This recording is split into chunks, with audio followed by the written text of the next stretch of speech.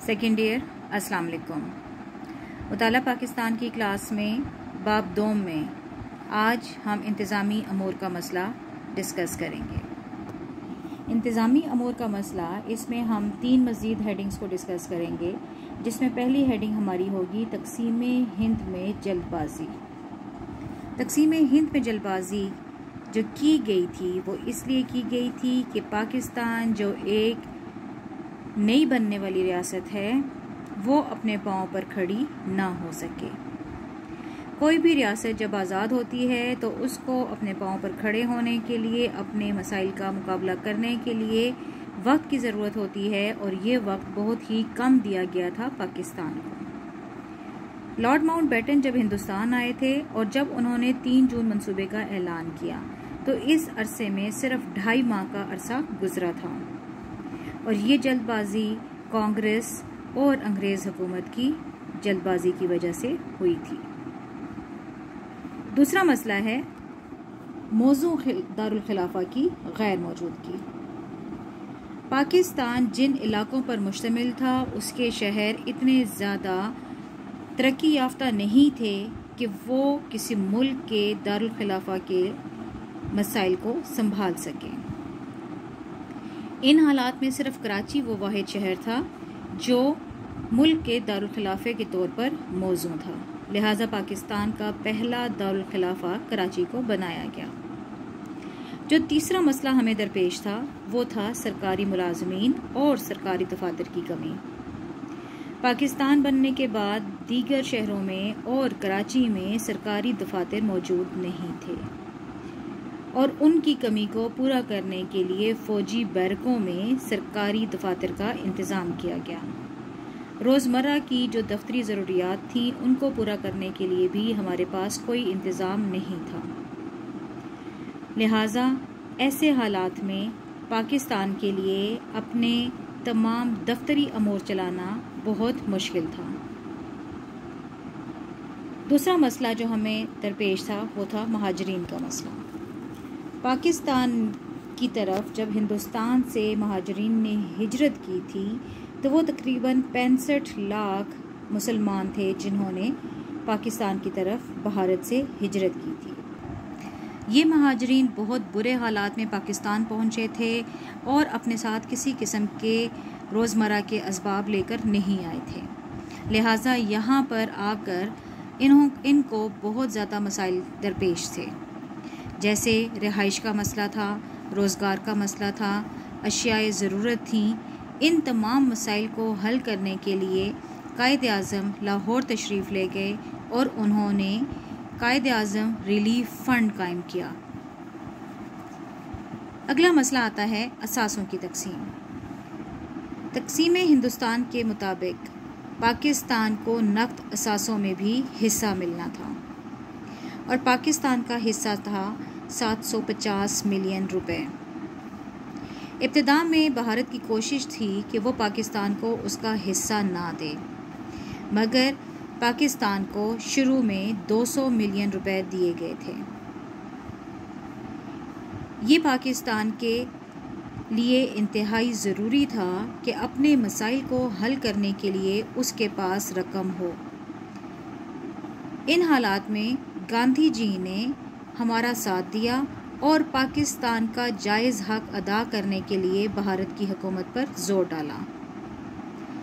उनके ज़ोर देने पर भारत की हुकूमत ने मज़ीद 500 मिलियन रुपए पाकिस्तान को अदा कर दिए।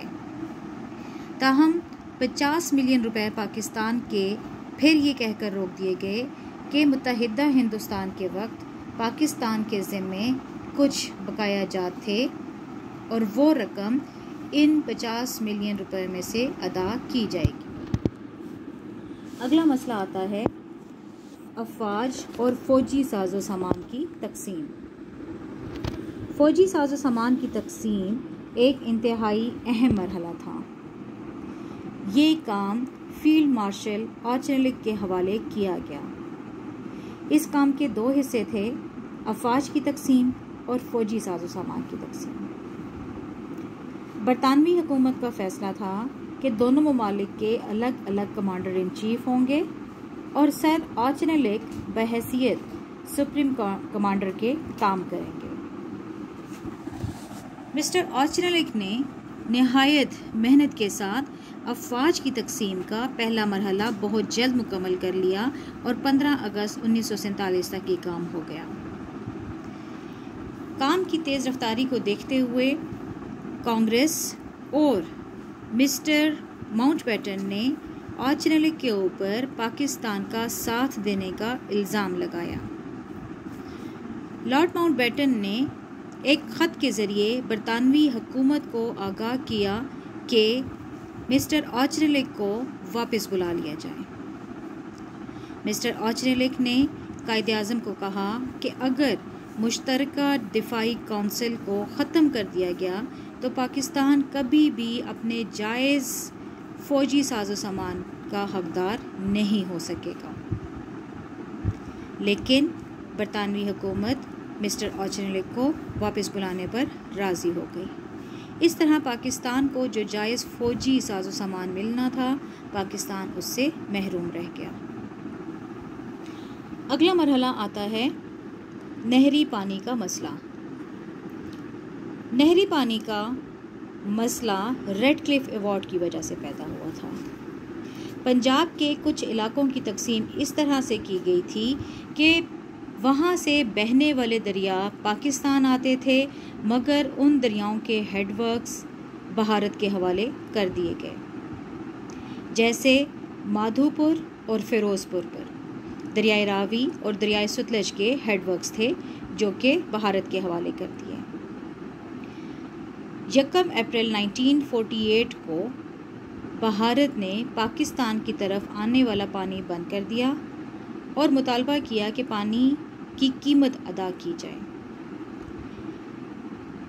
बैनुल अक़वामी कानून के मुताबिक जो दरिया या समंदर जिस मुल्क के साथ बहता है या उससे गुज़रता है, उसके ऊपर उसी मुल्क का हिस्सा होता है, मगर यहाँ पर भारत ने ज़्यादती की।